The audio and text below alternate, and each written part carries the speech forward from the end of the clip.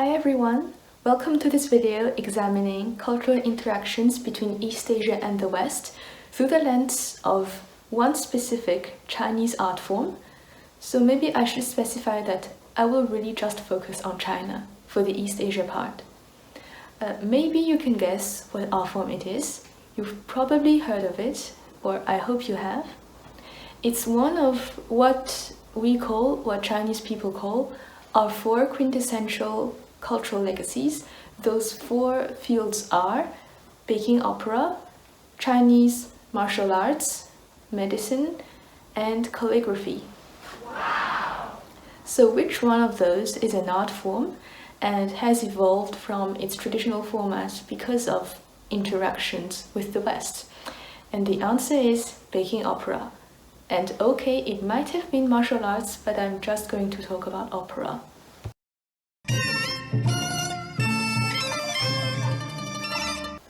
Peking opera is one of the numerous forms of Chinese opera. It evolved from a combination of several regional and popular operatic forms. And Peking opera, as it is still performed today, has been around for 300 years approximately. And there's the word Peking in the name because it used to be a major entertainment for emperors and the court in the capital Peking, or Beijing in Mandarin. And to call it opera is a very misleading translation because Beijing opera performers are always trained in four main skills at least. 唱念做打. 唱 is singing, 念 is speaking or reciting or enunciating. 做 can mean dancing or acting, and 打 is fighting, as in martial arts. Professional performers tended to specialize in one type of role, so they don't use all of the four skills on stage. But basically they were trained to be at the same time an opera singer in the Western sense of the term, a theater actor, a ballet dancer, and a martial arts / acrobatics performer.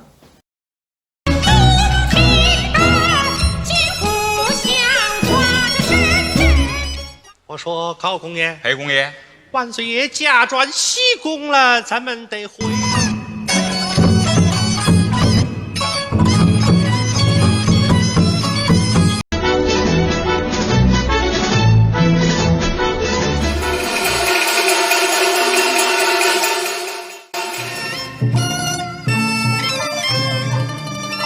And now to the heart of the subject. How did Peking opera interact with the West? You first have to picture that until the beginning of the 20th century, Peking opera followed extremely stylized and codified principles regarding how actors perform, where they perform, the stage setting, and the musical accompaniment. It's as though there was no other way to perform Peking opera. But things began to change when cinema was introduced in China through Western movie companies, and in 1905, the first ever Chinese film was shot in Beijing. It depicts a famous Peking opera singer, Tan Xingpei, playing the main role from a famous play, 定军山. It was, of course, a silent film, but the producers chose that character because his outfit would provide striking and typically Chinese visuals. In 1948, we reach another milestone in the history of Chinese cinema, the first color movie 生死恨, and that was an entire Peking opera shot on film. The main performer is Meilin Fang, and he really is the ultimate, universally acknowledged superstar of Peking opera. He specialized in the roles of young women, because until that time, women were banned from the stage. And Meilin Fang recounted that performing for a movie had been a serious challenge for him for two main reasons. One, the makeup was showing on close-ups, and there was some heavy makeup because he's a 50-year-old man playing a young woman. And two, because actors have to adapt their movements. As a camera can move close to you, and around you, whereas in the traditional setting of Peking opera, you always perform so far away from the audience. And Mei Lanfang had been invited to Hollywood several times to make opera films when the movie industry was still underdeveloped in China. So the first half of the 20th century is where Peking opera meets with the language of cinema, and as a result, cinema helped the popularization of Peking opera. And as a side note, to explain what I said about Mei Lanfang, Peking opera uses a special and unique singing technique that differs from the bel canto of Western opera. That technique allows male singers to reach a soprano's vocal range without any surgical operation, so you don't compare them to a castrato, but rather to a countertenor. In the last 10 years, I've heard of several concerts that focused on the comparison between a countertenor and a male soprano singer from Peking opera, but I can't find any footage of such a concert.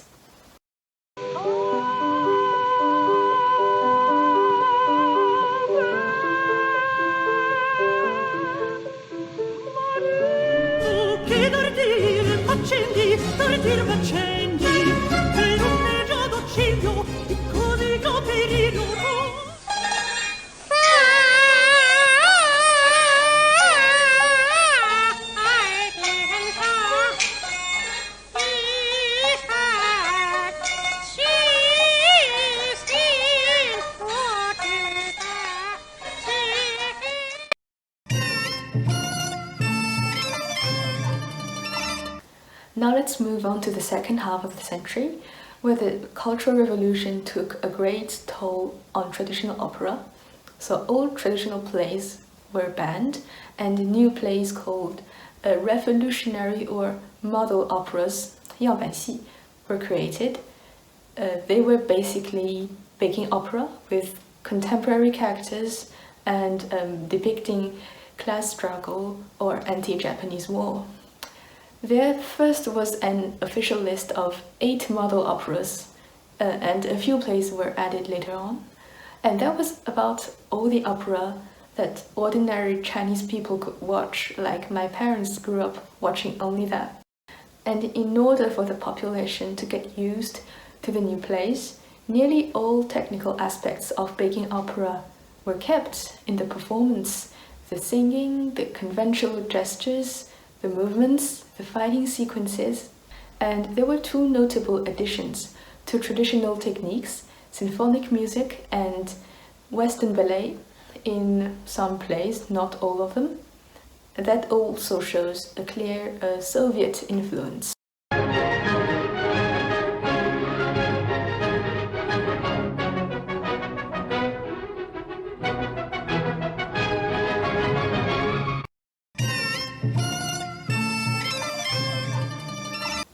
After the Cultural Revolution ended, performance of traditional plays resumed, fortunately, but also retained some Western elements that were introduced during the ban, especially symphonic music that is often used along with traditional instruments as an accompaniment in newly created Peking operas.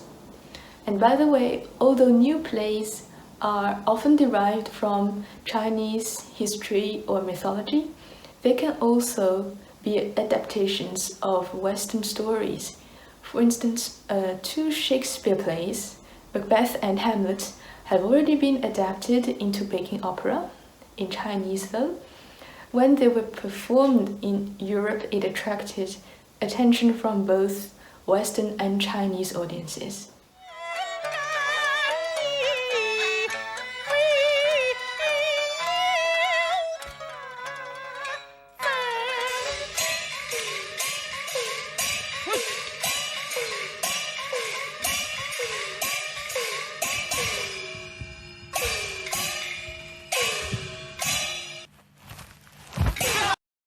To conclude, I think the future of Peking opera is quite bright because it has evolved to incorporate Western music and literature.